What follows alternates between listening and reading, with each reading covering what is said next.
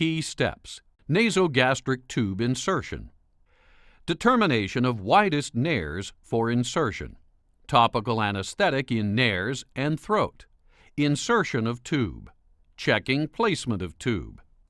Place the patient in a sitting position with the head angled forward in a sniffing posture.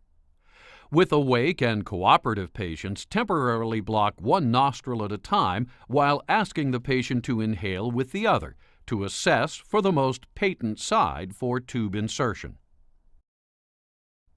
Apply topical anesthetic either by spray or gel into the nares selected for insertion.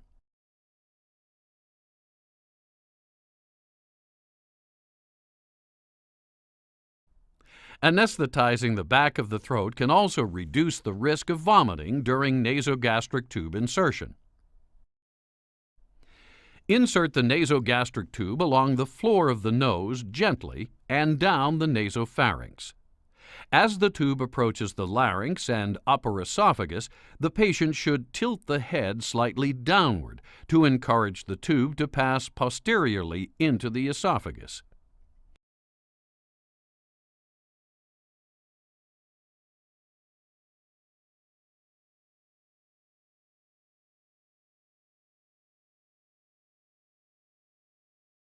Advance the tube to the stomach.